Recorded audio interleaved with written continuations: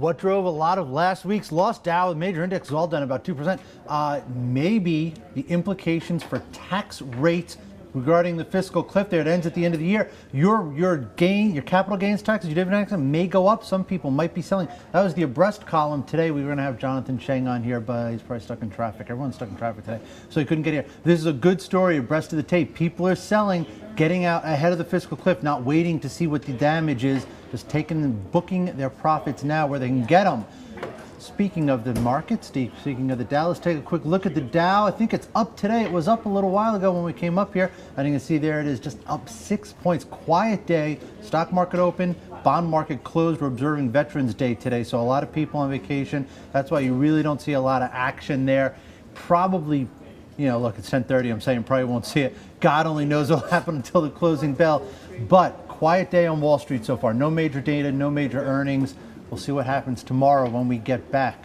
All right, let's talk about the fiscal cliff. Let's talk about how businesses are reacting to the fiscal cliff. We're all sitting here waiting on tenterhooks for the resolution of the fiscal cliff, so are businesses. Heard on the streets, Justin Lahart is here with this story. Mr. Lahart, how are you? I'm doing good. How are you? How much of businesses being on hold is related to the fiscal cliff? Well, I think we have seen in the data that they've really been holding back on capital spending. So we've seen really slow capital spending growth, and that's because people saw this coming. People knew to be a little cautious. If you think about how much defense work gets done, throughout all kinds of businesses, huge effect on capital spending. So if you start thinking about, well, I don't know what defense spending is going to be, then you're going to put off that project. Yeah. Is this really a matter of companies worried about what their own tax rates are going to look like, or how this is all going to affect the economy and consumer spending? I think it's probably less about, there's probably a worry about consumer spending. Yeah. There is probably a little worry about tax rates, but mostly I think that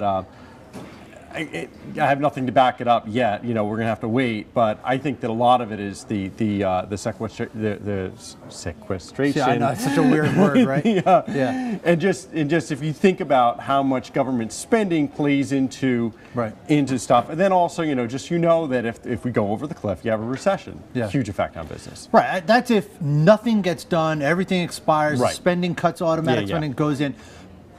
I got to say, I don't think that's probably going to happen. At least I hope it doesn't happen. Yeah, right. Yeah. What do you think is more likely? What are some of the scenarios? Well, people think, basically folks think that there's going to be a compromise, maybe a brief go over the cliff if it's really, if it turns into a real game of chicken, right? But then you're going to have some kind of compromise, and we don't know what that compromise is going to be, but we can sort of guess at the other end of that compromise, we're going to have a little more fiscal drag. Right. There's going to be a little less government spending, and there's going to be a little higher taxes, especially on rich people. Whether it's a tax rate that goes up, or whether you don't get to do the carried interest if you're a hedge fund manager. So let's say there's a deal. It's January. Even if it takes a couple weeks into January, there's a deal, right? Yeah. Somehow this is all settled. What do businesses do after that? I think that there's two things going on. There is that drag that you're going to get. So if you're selling expensive stuff and rich people are getting taxed more, it's going to hurt, right? And if you depend on government spending, defense, it's going to hurt a little bit, right? But on the other hand, if people have really been holding back, if they've been holding back on capital spending, and they're probably holding back on hiring, even though we've had pretty decent hiring, which tells you something about how good the economy probably is. Then we see a lot of relief, and we see some more spending, some more hiring, and that may be really enough to overwhelm the fiscal drag. Yeah, you would hope. You would hope. But first things first, we got to get through the darn thing. Right. And they're going to take this to the 11th hour. This is probably going to. Do you think it'll drag out through the end of the year? If you look at the last couple of deals that they had to do on tax rates and so on at the end of the year, they've been like December 17th, December 22nd, something like that. So, yeah, we got another How nice would it be? How nice would it be if they got this done on December 1st? Or any date, just like anything ahead of time. Sure, just a nice little surprise for us all. Yeah. And a pony. Right, and a pony. Hey, we can hope, right? Yeah. All right, Justin, thanks a lot.